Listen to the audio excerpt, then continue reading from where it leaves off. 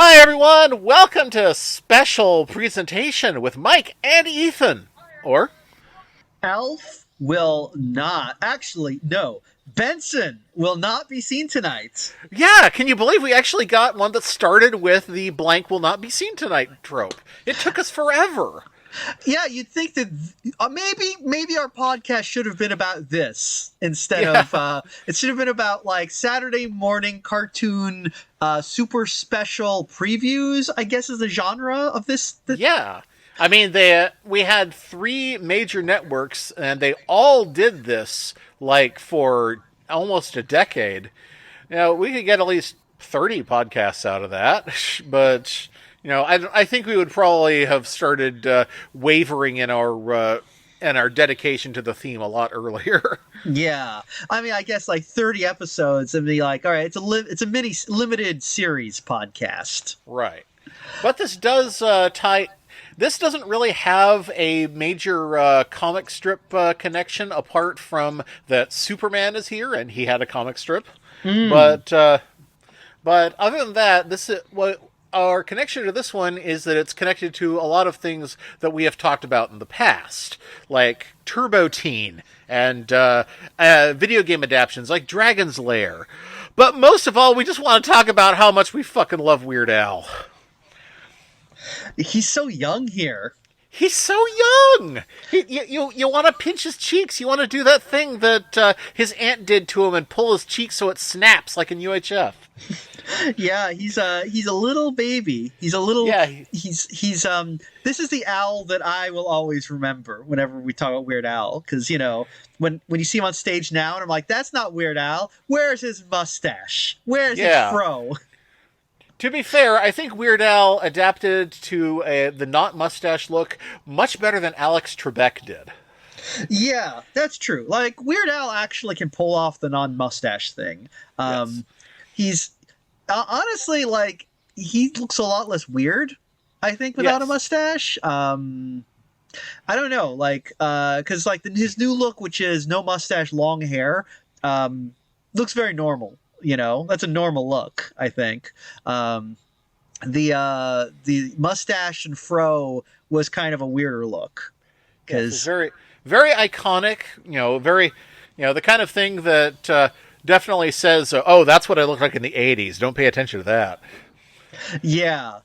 He used to have he had a very like uncle's old driver's license look back in the 80s. But yeah, he's here. Weird Al, as he appeared in the this was 1984, so I guess this was right around the time when he did what, like Eat It and Yeah, he was the Eat It guy, and you know that things have changed with how we look at Michael Jackson because his Twitter and Blue Sky no longer say, the Eat It guy. oh wait, that's interesting. When so was it? Did it say that until recently? Not recently, like 5 years ago or whatever, when we started to really picking apart what happened with Michael Jackson and when. He was like, maybe I'd better distance myself from this guy. He's dead anyway. So is so what is the current zeitgeist? Is Michael Jackson good now or bad? Like how does Uh, everyone feel about Michael Jackson? I think it's Because still very complicated for a lot of people. And, I mean, of course, Michael Jackson was the cornerstone of a massive media empire that is very interested in protecting their jobs. So yeah, it'll probably be a while before we know everything that happened. right. I haven't seen the movies or anything, and, there are people, and there are plenty of people who have no reason to defend him, who have said no, he was perfect. He was perfectly honest. These guys are just out to make money, and there are people who have no reason to attack him and who said no, this guy was a monster. So it's it's hard to make up in your mind about. I mean, I have always had with just from what you could observe from his outward behavior. I have always been in the of willing to give him the benefit of the doubt that having been a child star who was raised pretty abusively by his horrible stage dad. I I think there's room to interpret him as an infantilist who didn't realize that pretending to be a kid wasn't okay around kids. He will, yeah, I mean, he's an interesting character, I guess. Yeah. Probably I a mean, and there's lots of lots of the kids who knew him grew up. I mean, we could be asking Macaulay Culkin about this.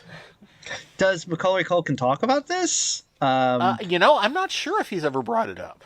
I know that what's his face? Corey Feldman has been. Corey Feldman is an odd character as well, who's definitely also kind of had the stage child upbringing, and has for a long time I know was very pro Michael Jackson. I think he kind of wavered on that. I don't know what his current thing, sort of one of those I'm old now and gee, maybe that was kind of weird, but I don't know I don't know how he currently is. Also, I don't know how well he is because there's a lot going on with Corey. But anyway, one thing that I do know about Michael Jackson is I will always love the Michael Jackson video for Ghosts. Ghosts? Oh, so, yeah, the one that was the attempted follow-up to Thriller? Yes. The one that was 45 minutes long and supposedly written by Stephen King, which is debatable. Because I feel like a lot of that is they were let's just put Stephen King's name on it, and whether or not he wrote anything or anything that he wrote actually got in the final video, I don't really know because Stephen King. But here's the thing: it was written when Stephen King was in his cocaine phase, so it's not beyond a reasonable doubt. And also, I will say that some of the things in this video feel kind of Stephen King-ish because I feel like in some ways, Michael Jackson and Stephen King have some similar sensibilities. It's kind of hard to explain, this. Just kind of their idea they're both, I think, very influenced by some of the same very kind of aspect of Americana, that kind of 1950s B movies. Those are something that both of them kind of latched onto. So, they seem like they would gel in some ways. But the Ghost video is especially great because it's, like I said, 45 minutes long.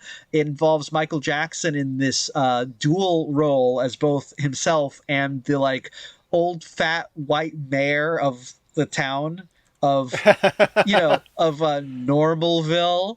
Because Normalville, the normal place, all the normal people are we're going to get that freak Michael Jackson and run him out of town because he's weird. And they go up to the big old castle on the hill, very Edward Scissorhands-esque, which again, actually, if you think about it, feels like I feel like Michael Jackson would have liked Edward Scissorhands, the film. That feels like a very Michael Jackson movie, if you know what I mean. That Michael Jackson probably watched that on loop in his private theater. I have no evidence for this. I don't know if I'm just guessing. It just seems like it, It seems like it, yeah.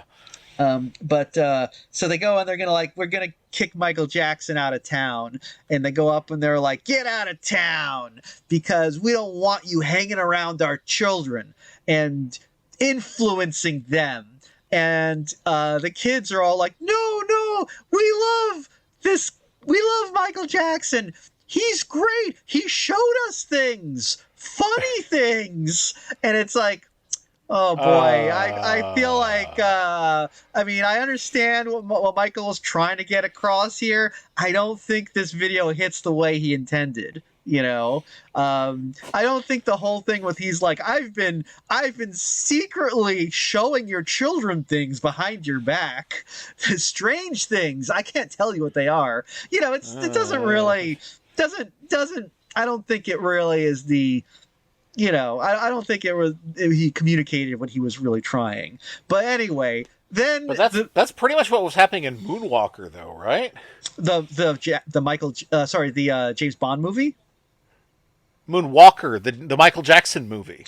Oh, I didn't know they made a Michael Jackson movie. Oh yes, they did make a Michael Jackson movie that ends with him turning into a giant transformer. Really? Really? Was it was it any good? Uh, it's well, it has a lot of shoot Will Vinton influence on it, so it's pretty weird. Okay. Oh my god. Okay. I really feel like I might need to see this film. Yeah. This sounds fascinating. Okay. Ghosts. Basically, here's the important thing about ghosts. After we have after the townsfolk are all like, "Get out of town, you freak!" Michael Jackson is like, "You think I'm a freak? Well, check this out," and he basically does a freak dance. And does all sorts of weird freak shit, like tearing his face off and turning into a monster and calling up the dead and all this stuff. And then he's like, "You still think I'm a freak?" And they're like, "No, we love you now." And it's like, oh, okay. I guess Oh, that is an interesting new take on the Rudolph story. yeah, it was very. I mean, it's like okay. I guess if you think about it, it's like it's nice that he was accepted on his own terms once they realized that he was just a harmless showman rather than like I guess a dangerous monster. He was a fun monster, so Yeah. I guess that's nice. I guess that makes sense, but thematically it's a little the narratively the video is a little odd because you'd think that they'd be like, "Oh, we're more scared," but they're not. They actually think it's cool that he did these things, even though 90% of what he does is not just turning into like a monster, but he calls up like a legion of the world's most annoying ghosts, and he's like, "Oh, okay, are these? Let me tell you. Do you want to see some buffoonish capering? Because you're gonna see it. There is so much." Buffoonish capering in ghosts. These ghosts are just chewing the scenery. These are like he called up every theater kid that he knew in the tri-state area and was like, "Come on down, we're doing ghosts." And each one of them thought this was going to be their big break. So they are just capering the hell out of it, especially, and you'll know this guy when you see him, that one ghost in the jester cap. What a showboater that guy is. Anyway, Michael Jackson's ghosts. That's not what we're talking about this week. No. What are we talking about? Oh, we are talking about what's it even called? Oh shoot. Oh no, I lost the link. What's the thing? Oh, it's the 1 second. It is the 1984 ABC Saturday Morning Preview Park. Yes. This was apparently lost media for a long time, and we only had like a couple of clips from it. That was also the only source of footage from something that's even more lost media that we'll talk about in a bit. I think I know what you're talking about, but it starts with Benson will not be seen tonight, and then we have a shot of Knott's Berry Farm. Mike, have you ever been to Knott's Berry Farm? I've been there many, many times. Wow, I've never been there. Well, let me tell you about Knott's Berry Farm. It's founded by the Knotts family. They were, as you might know, the Knotts family. They were in the old furry dildo business. So if you want a knot, call up Knott's. No, I'm joking. Of course, they make jam. They make jelly. With a name like Knott's, you know you're gonna be pent up.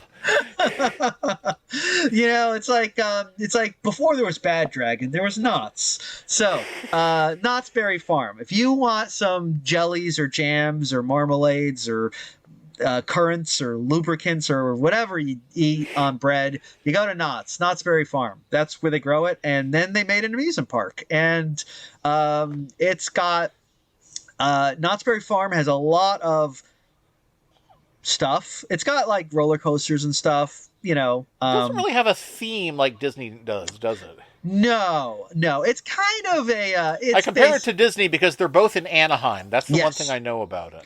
which seems like a little bit of, I mean, let's be honest. I feel like, can one city support two amusement parks? That seems like a little bit, especially when there's so many cities that have none. That seems like overkill to me. Sort of like how now Los Angeles has two football teams. Yeah, it's like, come on, that's getting greedy. Yeah. Now, Knott's Of Berry course, Farm, even in LA, everyone's like, we didn't want another football team. Sell them. yeah. Nobody wants the Rams and the Chargers. What if they both go to the Super Bowl? LA just wins automatically?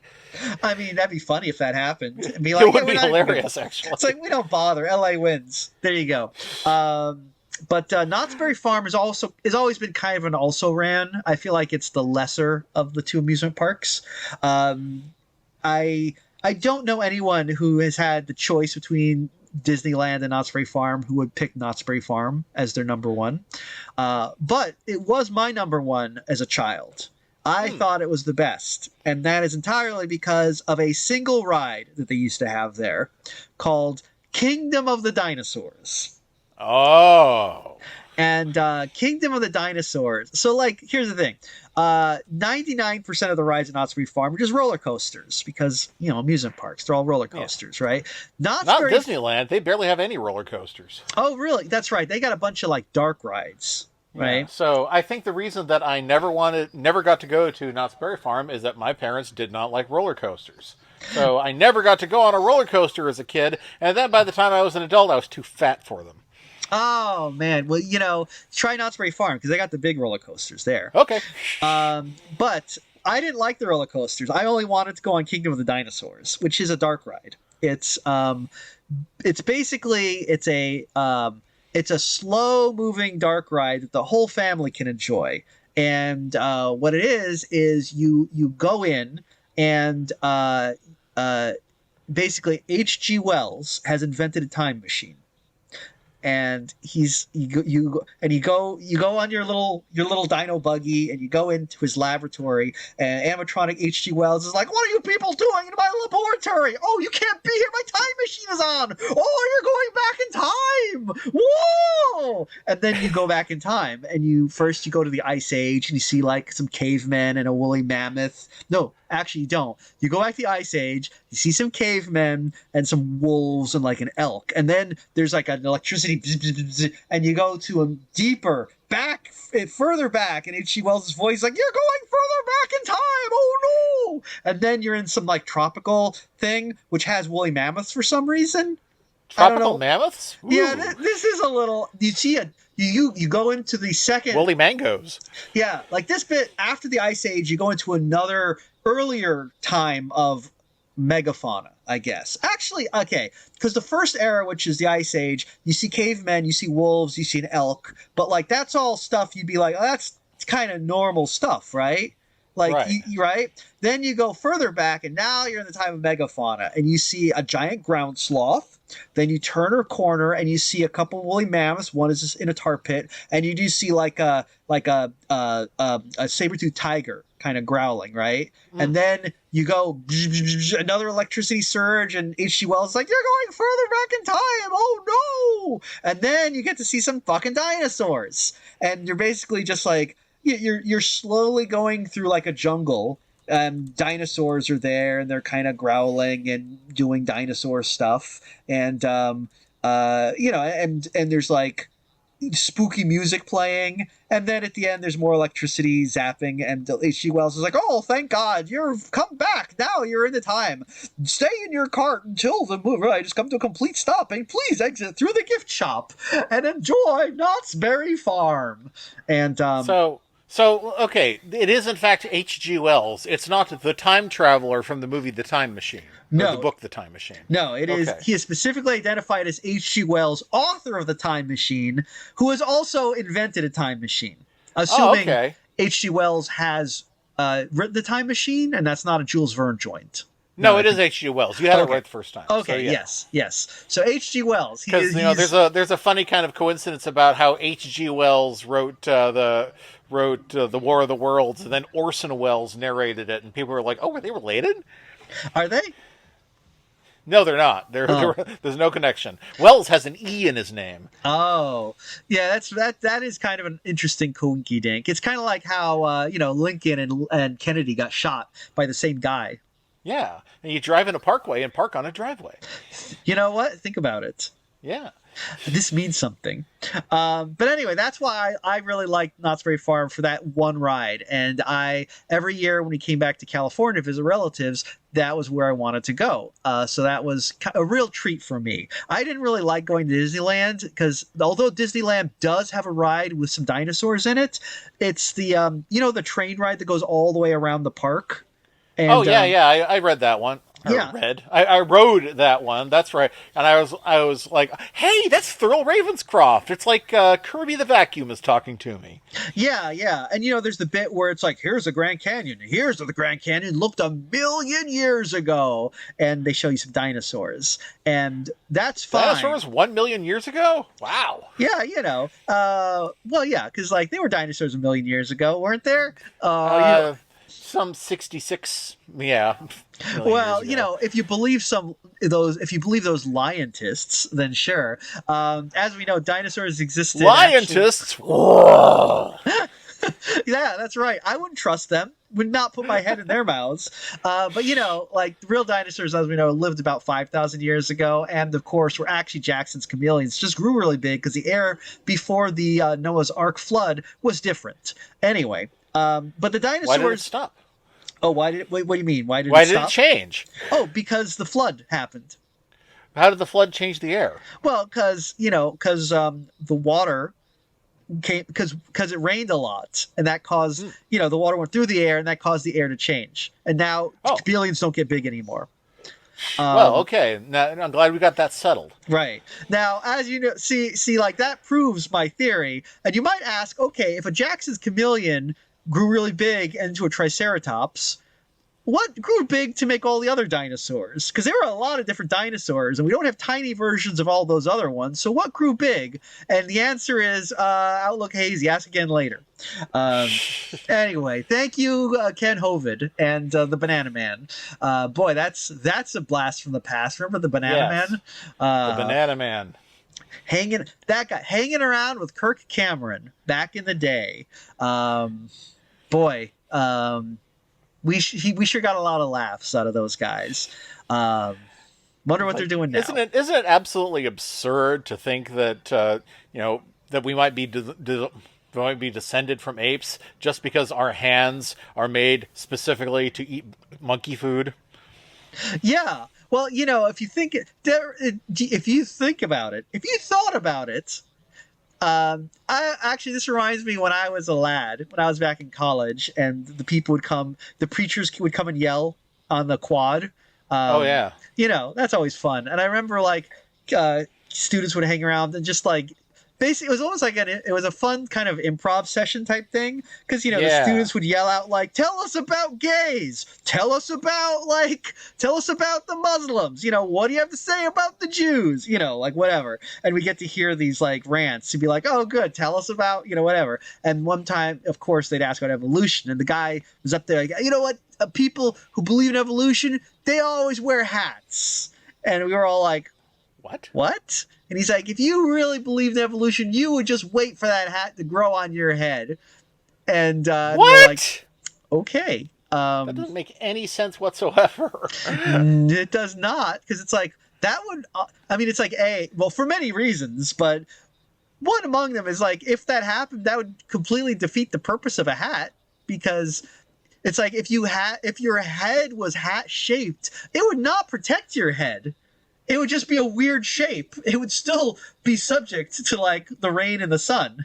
You would still, it's I don't. Are you suggesting we would wait to grow fingernail hats or something? I don't know. Oh, maybe. I mean, technically, if you think about it, it's you would wait for something protected to grow on your head. We have that. It's called hair. Evolution did that. And it's not good enough. Yeah. So anyway. I mean, and we have something to protect our brains too. It's called a skull. Yeah. So anyway, evolution. What a wacky thing it is. But dinosaurs, like I said, the dinosaurs at Walt Disneyland were behind glass. And it was a very short sighting. You saw them for a minute long before you exited that area. Whereas the Knott's Berry Farm dinosaurs, that ride was probably like a good 10 minutes long, or however long a dark ride is. It was long for a dark ride. And I remember the first year I went, when it first opened, the line was ridiculous, of course, as they all are. But then every other year after that, there was no line at all for that ride. All the lines were at the roller coasters. So it was great. I would just run on it over and over and over again so that I would just ride the dinosaur ride all day while we went there. The rest of my family, you go do whatever you want. I'm going to be on the dinosaur ride. That's all I care about. The last neurotypical man, ladies and gentlemen. That's right. Well, it's very normal to be into dinosaurs. That's true. It's extremely normy. Yeah. I wonder, actually, when they got rid of Kingdom of the Dinosaurs, I was just they got rid of it? Oh, I was getting ready to book a ticket. Yeah, unfortunately, it looks like, wow, they had it for a while. It opened in 1987, and it closed in 2004. So okay. It was. I was thinking there was knocked down for Batman the Ride, but maybe something else. Yeah. They did. I don't know what they replaced it with. But it does look like at least someone has shot some videos inside the ride. So I'm glad that there's at least footage of it, because Defunct Land should do something about that. But anyway, it says here that the building was vacant for over 10 years, and then it was reused for something called Voyage to the Iron Reef. Huh. The hell is that? Iron Reef? That sounds. I guess it's an underwater ride. I guess it sounds like a Prison Break thing, but yeah, it does. Also, it's like they just left it vacant. They were like, "Oh, fuck this dinosaur ride! You're just gonna have a vacant building? Why? You just keep the dinosaur ride. Was it that expensive to maintain it? Maybe they just hate me and want me to die. Anyway." Yeah. Oh, apparently before it was Kingdom of the Dinosaurs, it was the Knott's Berry Farm equivalent of the Country Bears. Oh, well. Knott's Berry Tales! Well, I never saw that, but, I also never went to Knott's Berry Farm before Kingdom of the Dinosaurs, because I didn't care about that place until they had Kingdom of the Dinosaurs. Anyway. It was a good ride. It was a good ride. It will be missed by me. It was a good ride. Oh, my God. Yeah. This video footage that's online, it even has the beginning part with H.G. Wells' laboratory that you go through. Wow. So you can actually I'm going to post in the chat just so you can watch it at your leisure to see what this is bring back the memories. Oh boy. Of course, the thing is when you film it, you lose a lot of the effects of the dark. Right. Anyway. But we're not here to talk about Kingdom of the Dinosaurs, though maybe we should, because it's quality shit. We're actually here to talk about something completely unrelated, except it's not unrelated because it does take place at Knott's Berry Farm, and that is the preview of the something. ABC Saturday Morning Preview Park, 1984, hosted by Weird Al. Yes. Now, so let's talk about the actual show, which starts with Weird Al riding up in a motorcycle with a sidecar with mascot suit versions of Scooby and Scrappy. And, okay, Weird Al is selling the most sarcastic read of every line in this thing. It's like, oh boy, I'm so glad to be here at Knott's Berry Farm with my favorite cartoon characters, Scooby and Scrappy Doo. Wow! Yeah, he's, Weird Al is, I think this is just Weird Al's way of talking. He's always kind of this way. He's always just, very animated, but, it does kind of come across as very sarcastic. Yes. He's said in interviews that, Weird Al isn't a character I put on like Pee Wee Herman. It's more just a sort of volume I can turn up and down. When I'm doing public appearances, I turn it way up. I turn it down when I'm at home, but I'm never not like this. I mean, that makes sense. I think that's probably part of the appeal of Weird Al is just that he is incredibly genuine, Yep. He is what, he is what it says on the can, as they say. And it works for him because he is a very likable guy. You know. Yes, you immediately like him better than Scooby and Scrappy. Yeah, I have to say, as a Scooby Doo super fan, because I know we disagree on this. I know there's some haters and losers out there who don't like Scooby Doo, but I have to say, Scrappy Doo in this wildly out of character. Yeah, he's not especially annoying, and actually, he's kind of the voice of reason, which is, I think, kind of the opposite of the point of him. Yeah, it's kind of weird, but I think part of the issue is they're like, well, Scooby can't talk, so he really can't contribute anything because he just kind of like talks in that dog accent, and Yeah, so we need someone to act as a foil for Weird Al's weirdness, and that makes Scrappy Doo basically be like, this very rational. He's the straight man in this, and yeah, it's a little weird, but like. But we're really not here to see Scrappy Doo, so who cares that much? yeah. It is sort of these mascot outfits are a little weird. It makes Scrappy look like he's wearing a bunny hood.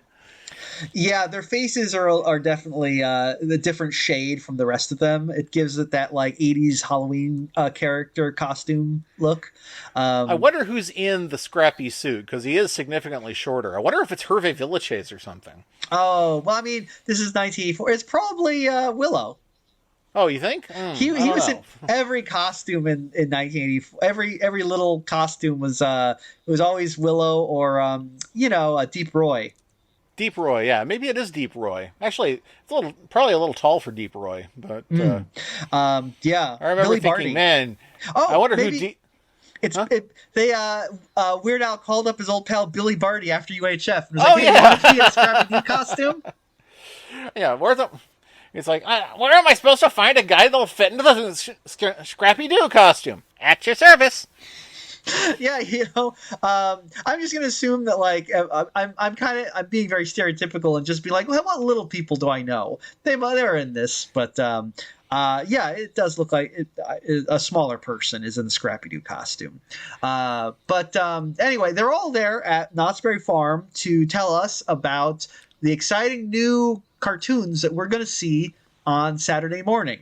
And this is similar to the previews we saw where, Mr. Wizard shrunk a woman and put her in a cartoon, or Yeah, the Boss Hog putting a disco under quarantine. The things yeah. yeah. Um, And Alf loving a mystery. yeah. I feel like there's a little less plot in this one because I think they're really leaning on the fact that kids just like amusement parks. Yeah, kids like amusement parks. Kids like Weird Al, and there is a big surprise for me in this one. Something that I never realized was the case with these Saturday morning shows. But we'll get to that. Mm. But after this, we have a couple of little clips of upcoming previews, and then there's this McDonald's commercial about like the 5-year-old dealing with the baby who just came home. Wow, what a window into a different world. It really is. It's so strange because it's like, yeah, it's a McDonald's commercial about like this kid. He has a new baby sister and he's feeling dethroned and he's all upset, and like they're like everyone's cooing over the baby. She's got such beautiful blue eyes, and the kids will go, "I had blue eyes first." And then his dad is like, I invented blue eyes. yeah. And then his dad is like, "Hey, buddy, you want to get some lunch?" And the dad takes him out to McDonald's and like, gives him the man to man talk about how, you gotta, hey, it's going to be important to look out for your baby sister. You're gonna have to show her the ropes. Yeah. And You're gonna have to whip her into shape. I gotta say, this is kind of genuinely affecting. Like, It really is. Yeah. I was like, man, this is actually a very human and well told story in like 30 seconds. And, it's just. Ray Kroc once famously said about McDonald's, "We're not in the hamburger business. We're in show business." And this is where I really see it because, McDonald's does not make as good hamburgers as they do commercials. Yeah. It's just, I remember as a kid, this is the style of McDonald's commercial that you would usually see. they were usually like, they were tiny little movies about things that happen in your life. Yes. And how McDonald's is a part of your life that you can kind of lean on in these moments. Yes, You know. yes. And it's and often I remember. I don't remember. Does this one have the "It's a good time for the great taste" jingle? Yeah, it does. Yeah, we Okay, had not yet moved on to good time, great taste. okay, good time. To Yeah, this day, when I'm feeling good and I walk out into a sunny day, I'm like, what a great day for singing our new song. Good time. great taste. Yep, exactly. I gotta say, for me, I will always remember McDonald's as "Good time for the great taste" of McDonald's. Like no matter how many I'm McLovin' It rebrands they do, that will be the jingle that I will remember to my dying day. I could forget the taste of bread or my mother's face, but I will remember the McDonald's jingle. Good time for the great taste. Well, I mean, when you were young and these were the commercials that were running, you watched a lot more TV than you do now, I'm certain. Oh yeah, absolutely. I do not watch television anymore. I have no cultural input these days, Yeah, except at for this point, things. Yeah, doing this show is the most TV watching that we typically do in a week. yeah, and it's all stuff from the before times. So I don't know what people are watching now, or I shouldn't say that because I do. We've got some sort of streaming service here, and we'll watch it, and it will jam commercials into random parts of the thing. Like it wasn't like in the old days where when they made a thing like Alf Loves a Mystery, where they're like, okay, here's where we stick the commercials in. So natural like cliffhanger, fade to black commercials. Now we're just like jam the commercials in wherever. Doesn't matter because but also You're getting this for free, plus yes, commercials. So we get to put the commercials wherever we want and yeah, make them as long as we want. 5 yes. minutes of commercials. What are you going to do? Yeah, what are you gonna do? Talk to your family? Nah. But yeah, so the commercials now. Um, well, I guess what I should say is it's fascinating because these old McDonald's commercials. One of the things I do remember about them is they often actually had titles. Like when the commercial Yeah. starts, there's a little title in the corner. So So you knew it was like, oh, it's this one. Or it's like, oh, this was one I haven't seen. So yeah, that's actually very thoughtful on McDonald's part. So to watch for the ones you like and avoid the ones you don't. yeah, Like and like Hard Nosed Mrs. Hatcher or that kind of thing. yeah. Again, these were like Ray Kroc said, they're in show business. These were like, actual like films, just very short and about how McDonald's is, part of your life and everything. And it is interesting because in general, when you watch these old commercials, there is a sincerity to them that we don't have nowadays in commercials. And it's one of those things where when I was watching this, I was like, I don't know if this is good or bad because obviously these old commercials are so sincere. They're really tugging your heartstrings but they're just to sell you shit. And nowadays we have these very cynical kind of jokey commercials that are all like post irony, but they're still just there to sell you shit. And I don't know genuinely, is that better that they're all like Dada now? Or was it better when they were trying to trick you into thinking they were your friends? I don't know. It's just a very different world. But We anyway, could definitely stand to have, half to a third of the advertising that we do now. that's for damn sure. Get it, get it off of YouTube, get it off of your fridge. Yeah. I will tell you, like, I am not a fan of the advertising now because now when I see an ad for food, it's usually some sort of service that brings the food to you. And it, the guy who brings you the food. Yeah. I don't live in a big city, so we don't really have this service. I mean, I think we do, but I don't use it because it's stupid. It's like I live in a town with a 15-minute radius. Why would I pay extra for a guy to bring the food from fucking McDonald's? It's like Yeah. what am I? An American? I don't do that. Well, I mean, it's not like you're subscribing to it for every meal. Just doing it once or twice a year is probably enough for DoorDash or whoever. Oh, that's it. That's the thing. DoorDash is one of those things. I mean, it's fine. Like, if you do it, I mean, it's fine for people to do. And if you live in a big city, it makes more sense. A city. I have where... done that a couple of times for like for my mom and dad's anniversary. I had they didn't want to go out, so I had Sizzler DoorDash to them, or not Sizzler, Red Lobster. But yeah. Oh yeah. I mean, it makes sense. I mean, it's no more absurd than like pizza delivery or Chinese delivery was back in the day. It's just for me, like I said, they're advertising this thing, and it's like I am in a like Springfield, a tiny town with a centralized population. No, there's no reason for this here. It's just, especially when they're saying like, you can get Burger King DoorDash, and it's like, Burger King. If I was going to DoorDash, why would I do that? Why wouldn't I get something? Why wouldn't I get real food? Yeah, I'm like Ebenezer Scrooge here. Are there no drive-throughs? Yeah, it's like, oh, get a DoorDash that. Well, but yeah, so the ads are for that, or they have ads for what is that other thing that they're always trying to advertise now? Crypto. It's all crypto ads. Fuck that. Yeah, and it's like, I'm sorry, we're over crypto. Did you not hear? Yeah, we stopped doing it.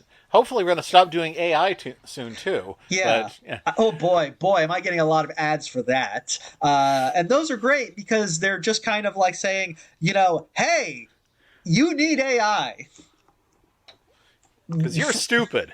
Yeah, it's like, what does it do? Well, if you don't use it smarts for you. Yeah, if you don't use it, you'll be left behind. You'll be left behind because everybody's doing it. Everybody's doing this thing.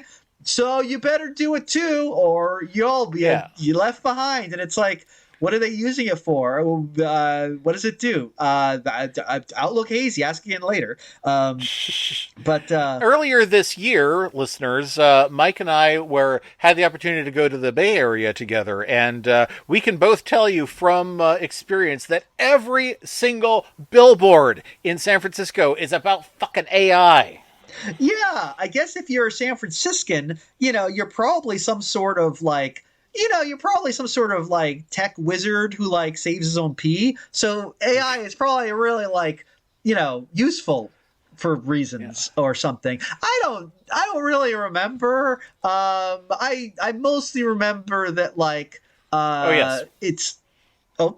Yes. Also, Mike was drunk out of his mind for most of the time, so maybe he wouldn't remember. Oh yeah, I was a little bit hammered. I was a little hammered at this thing. So I was probably yeah. I'm sure that it was great when you got to introduce me to your girlfriend, and you're just like, this is my fucking lush friend. Yeah, she was a little really, but she got to like you. Don't worry. That's funny. Yeah, because I think I did. I was very much the like let me tell you something, which is kind of my thing that I do. Well, I do a lot of things but what's the alternative? The pain of sobriety? No, thank you. I'm used to it. I have no idea what it's like the other way, so shoot. Oh well, it's I'm not going to endorse starting a drinking problem if you don't already have one. I feel like it's not a good thing to tell people to do. Yes, especially not during the ABC Saturday Morning Preview Park. Right, which we are technically talking about, except we got really distracted by this McDonald's commercial.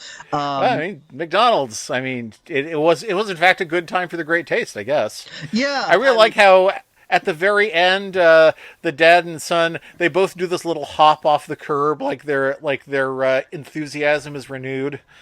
It's super cute. It is. Watching that commercial, it made me sad that I don't have a son to share these moments with. I was like, oh my god. I'm getting the biological clock going off because of this fucking McDonald's commercial from 1984. Now you see that it wasn't for the kids; it was for the adults. Yeah, that's true. That's the way they finally got me. They got Yeah, me. yeah. I got to go to McDonald's now.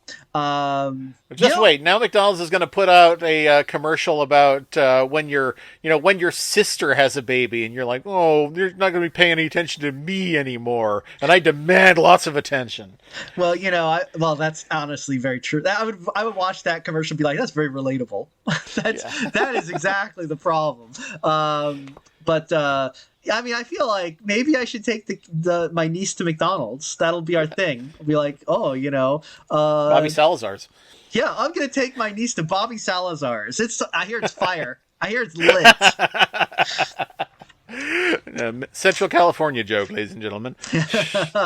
Yes, not Southern, like where the fucking the Were the Southern girls and the way they talk? I was going to say where Knott's Berry Farm is, but I completely forgot the name of the thing that we're talking about. Knott's Berry Farm, the place where Weird Al was. Okay, but first, before we get back, was there a second commercial? I feel like there was actually a second commercial. No, it was just the one, and then we went right back to Al at the bumper cars.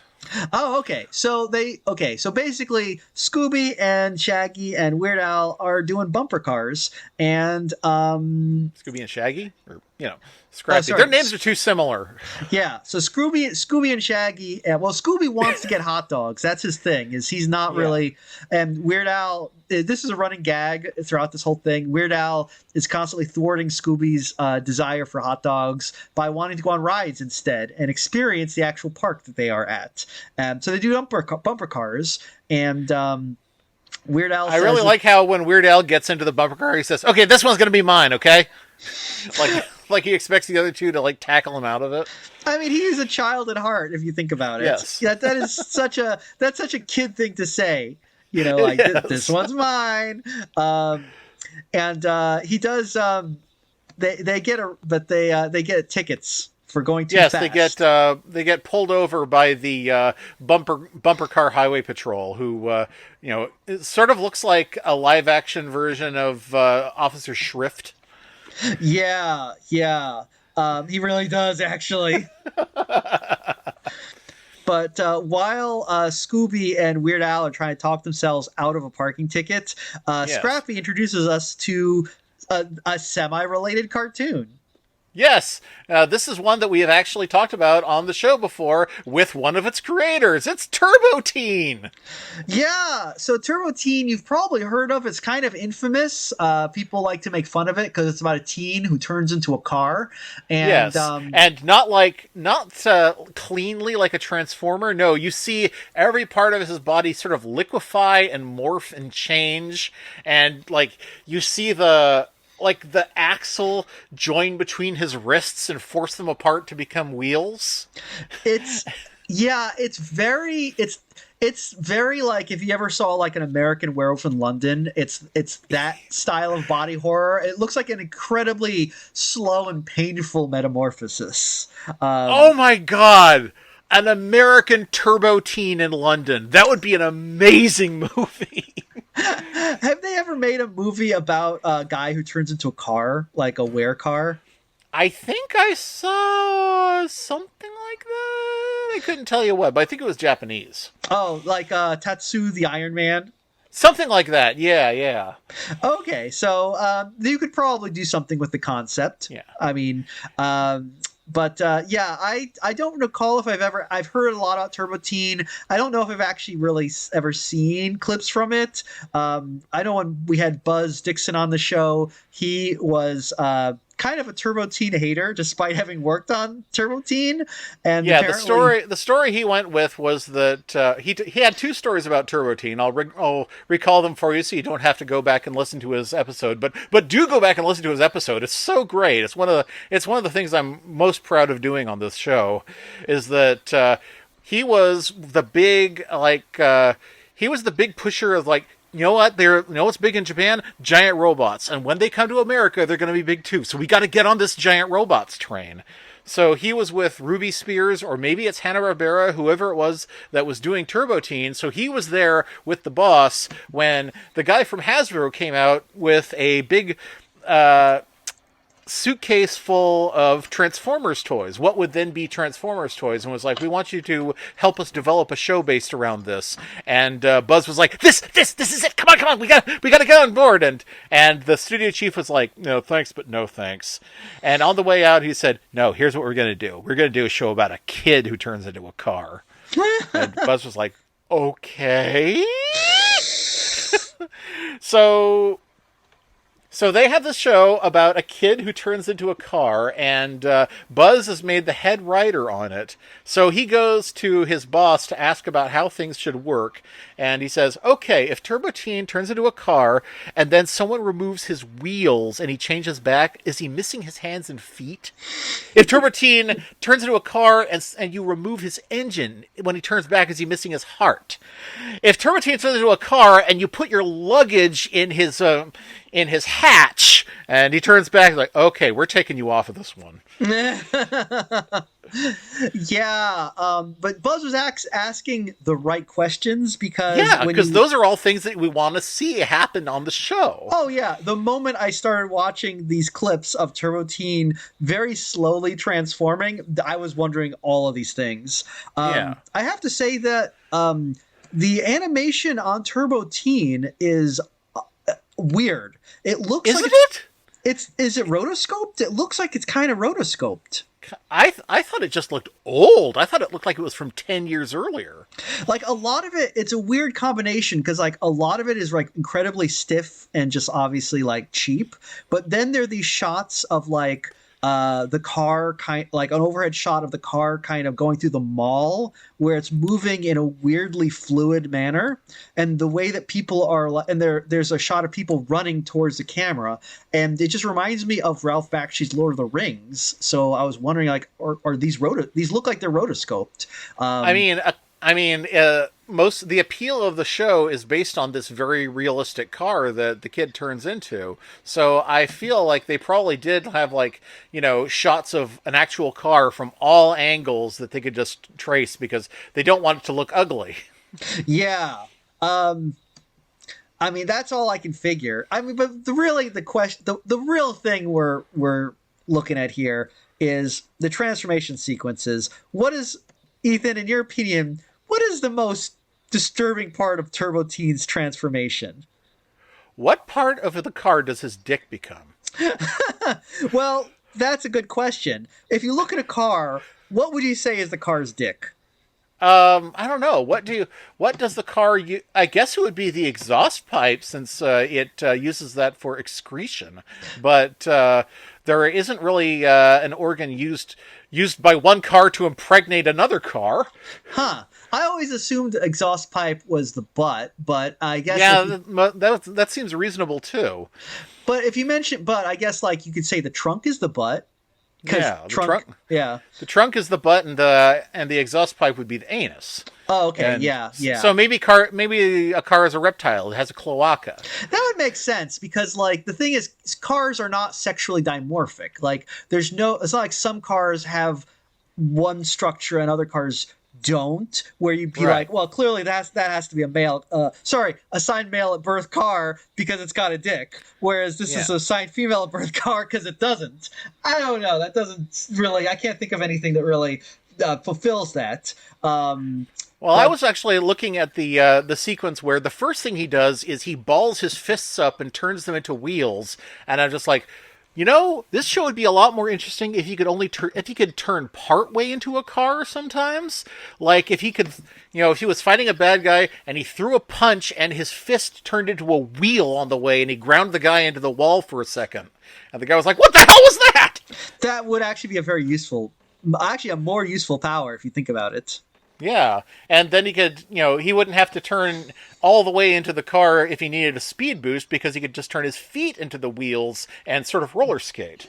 Yeah. And if he could I guess then we'd know where the exhaust pipe was because then he'd be using it to, like, lay smoke screens. I have to say, like, watching these transformation sequences, I don't know why, because, like, I would think the worst part is how his face kind of turns into the grill. Like, that's pretty upsetting. But for some reason, I really don't like the part where he's on all fours and his torso just starts lengthening. Yeah, it just really elongates. It makes me think of like when you stretch silly putty till it kind of starts coming apart. Like, Yeah. I really don't like that. So I gotta Yeah, his say, whole transformation is very much like pulling Dennis the Menace off the paper with the silly putty and stretching him out. I'm not a fan of Turbo Teen. I think Turbo Teen is I think this was a real misfire. I don't think it was a hit. And No, I mean I think there was only the one season. I feel like you could do Turbo Teen over again and better, but this was. I mean, right now it's all grist for the mill. I don't think there's any specific part of the original Turbo Teen I would keep apart from the very basic idea of kid who can turn into a car. yeah, and I don't know. Are kids into cars anymore? I I mean, don't know. I mean, they keep making Transformers toys, and not just for us adult collectors. oh, I guess They kids keep still making like Hot cars. Wheels, and That's presumably true. not just for adult collectors. That's true. I guess kids will always love cars, just like kids will always love uh, being wrong about stuff. I don't know. Kids Uh, love to be wrong. they are. They're so wrong. Well, I guess we could talk about Dragon's Lair, but we're at the hour mark. So should we? Oh shit, we are. All right, So yeah. should Let's we save this and do a second part? We're talking about Dragon's second Lair. part. Yeah, we are ready. We are gonna tell you guys all about Dragon's Lair. Dragon's Lair and Space Ace. No, Yeah. no Space Ace this time. All No right. Space Ace this time. Yeah. Yeah, join us next time. We're gonna visit the Dragon's Lair. Yeah. So park your keister, meester.